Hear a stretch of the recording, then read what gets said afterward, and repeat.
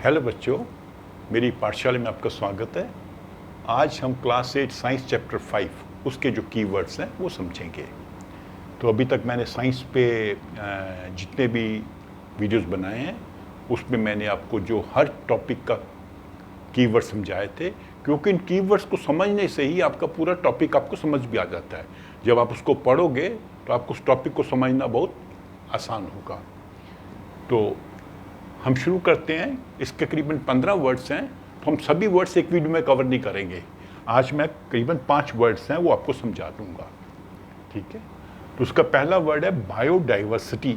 Biodiversity, तो biodiversity का मतलब ये होता है कि जो एक एरिया में जो भी लिविंग थिंग्स हैं वो उस एरिया की बायोडाइवर्सिटी हैं।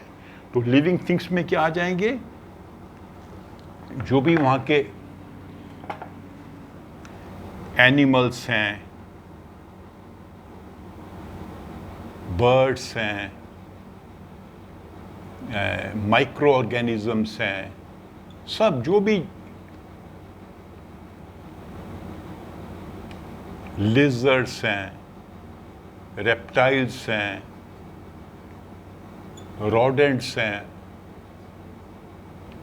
मतलब चूहे हैं, सांप, लिजर्ड्स, छिपकलियाँ वगैरह, जो पक्षी हैं, माइक्रो ऑर्गेनिज्म जो सॉइल में पाए जाते हैं या पानी में पाए जाते हैं या जो प्लांट्स के ऊपर रहते हैं, एनिमल्स के ऊपर रहते हैं, और प्लस प्लांट्स, हर प्रकार के जो प्लांट्स हैं, पेड़ पौधे, फंगस, फंगी, जो भी लिविंग ऑर्गेनिज्म है उस एरिया का, that is part of its biodiversity. So all living organisms found in a area are its biodiversity. और हर जगह की बायोडाइवर्सिटी दूसरी जगह से अलग होगी।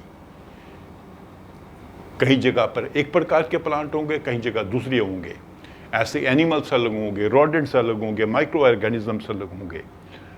तो बायोडाइवर्सिटी का मतलब जो डिफरेंट, अलग अलग प्रकार के लिविंग ऑर्गेनिज्म जो एक जगह में रहते हैं वो उस एरिया की बायोडाइवर्सिटी हैं, ठीक है। अभी आ जाते हैं हम सेकंड वर्ड पे, बायोस्फीयर रिजर्व। बायोस्फीयर रिजर्व का मतलब है, यहां से रिजर्व इंपॉर्टेंट वर्ड है, एक एरिया जहां की बायोडाइवर्सिटी को प्रिजर्व करने के लिए आइडेंटिफाई किया गया है। वो एरिया हम आइडेंटिफाई कर देते हैं कि ताकि वहां की बायोडाइवर्सिटी प्रिजर्व्ड रहे, उसका विनाश ना हो, तो उसे कहेंगे बायो रिजर्व, बायोस्फीयर रिजर्व। और इसके अंदर ही आ जाते हैं हमारे, जैसे आपने सुना होगा या पढ़ा होगा कि हमारे अलग अलग जगह पे वाइल्ड लाइफ सेंचुरीज हैं, नेशनल पार्क्स हैं, तो ये सब उसी के अंदर आते हैं। उस एरिया की बायोडाइवर्सिटी को प्रिजर्व करने के लिए, बचाए रखने के लिए हम किसी एरिया को मार्क कर देते हैं, तो वो एरिया हो जाता है बायोस्फीयर रिजर्व, ठीक है।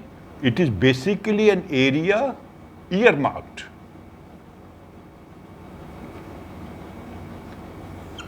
सरकार के जो विभाग होते हैं जिनका ये काम है देखना बायोडाइवर्सिटी के बारे में, वो ईयरमार्क कर देते हैं कि ये एरिया एक बायोस्फीयर एरिया रिजर्व है।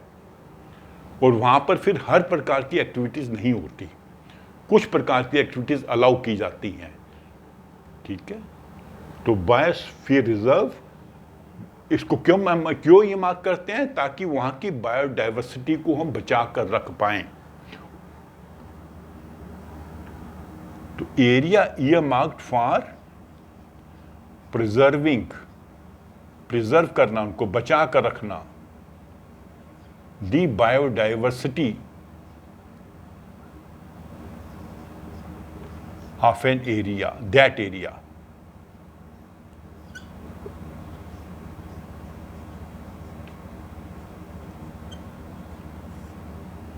ईयर मार्क कर देना, आइडेंटिफाई कर देना, इसके प्रॉपर ऑर्डर्स इशू होते हैं। उस एरिया में जाओगे, जगह जगह बोर्ड भी लगे होंगे, कि ये बायोस्फीयर रिजर्व एरिया है। फिर अगले वर्ड पे हम आ जाते हैं, डिफॉरेस्टेशन। ये वर्ड तो खैर आपने बहुत बार समझ लिया है। बेसिकली इसका मतलब होता है क्लियरिंग ऑफ फॉरेस्ट। एक जगह के फॉरेस्ट के हमने सभी प्लांट्स और ट्रीज को काट दिया ताकि उस भूमि को हम किसी और काम के लिए यूज कर सकें। घर बनाने हैं या फैक्ट्रीज बनानी है, रोड्स बनानी है। तो जब हम लार्ज स्केल पर पेड़ काट देते हैं एक जगह से ताकि उस जमीन को हम कुछ अतिरिक्त उपयोग कर सकें, उसको कहते हैं डिफॉरेस्टेशन, पेड़ों का काटना।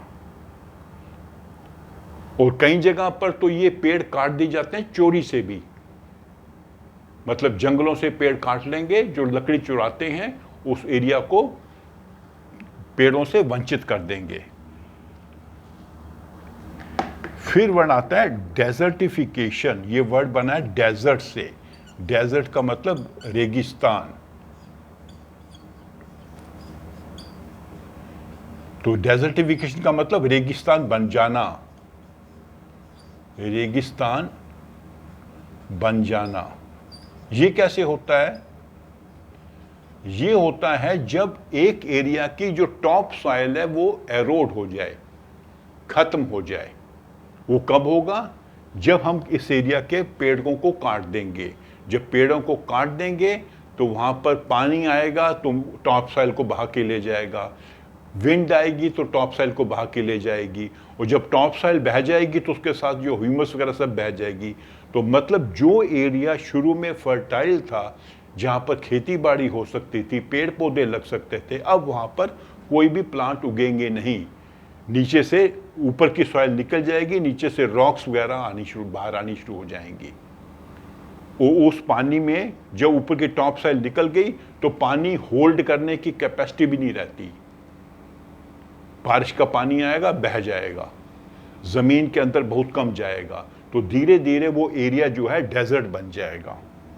ऐसा नहीं कि 2 दिन या 4 दिन या 2 साल में हो जाएंगे, वर्षों लगेंगे, पर धीरे धीरे टॉप सॉइल एरोड होती जाएगी, वहाँ के अंदर पानी की कमी होती जाएगी, पानी अंदर सीप नहीं करेगा, सॉइल पानी को होल्ड नहीं कर पाएगी, और उसमें ह्यूमस की भी कमी हो जाएगी। तो जो सॉइल है वो हो जाएगी रेत में, रेगिस्तान में कन्वर्ट हो जाएगी। वो जगह रेगिस्तान में कन्वर्ट हो जाएगी, क्योंकि सॉइल में अब कोई प्लांट पौधे नहीं लग सकते। तो जब सॉइल जो है, एक एरिया की जो फर्टाइल सॉइल है वो डेजर्ट में चेंज हो जाती है, उसे कहते हैं desertification. This is changing of fertile soil, fertile जिसमें खेती बाड़ी हो सकती है, इनटू सैंडी सॉइल जिसमें खेती बाड़ी नहीं हो सकती। तो डेजर्ट बन गया।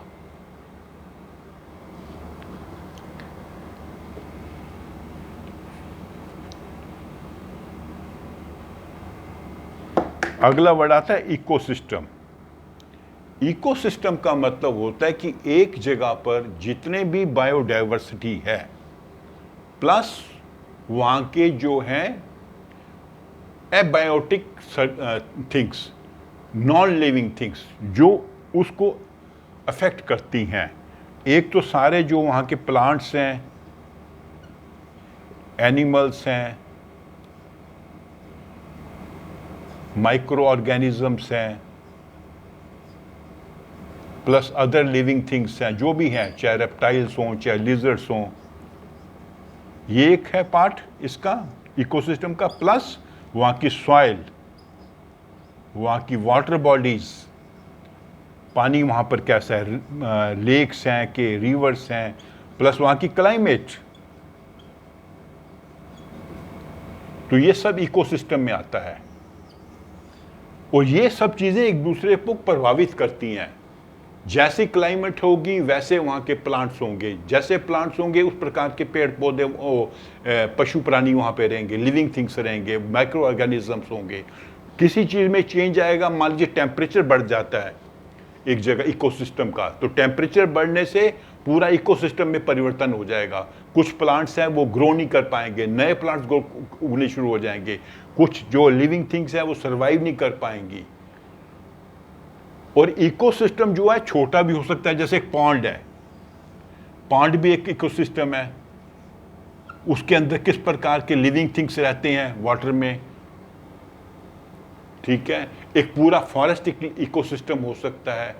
तो इसका एरिया छोटा भी हो सकता है, बड़ा भी हो सकता है इकोसिस्टम का, लेकिन प्राइमरली उस एरिया में, चाहे वो पॉन्ड है या फॉरेस्ट है या एक पूरा नगर है या एक पूरा बस्ती है या पूरा स्टेट है, पूरा कंट्री है, उस एरिया में जितने भी लिविंग थिंग्स हैं plus non living things like climate, soil, water bodies, ये सब चीजें जो एक दूसरे को प्रभावित करती हैं, वो एक जगह का इकोसिस्टम है। और किसी में चेंज आने से सारे सिस्टम में चेंज आ जाती है, ठीक है। और हमारी धरती पे कई प्रकार के इकोसिस्टम्स हैं और सभी इकोसिस्टम्स को मिला के बनता है बायोस्फीयर। बायोस्फीयर वो जोन है या वो एरिया है जहां पर लाइफ पॉसिबल है।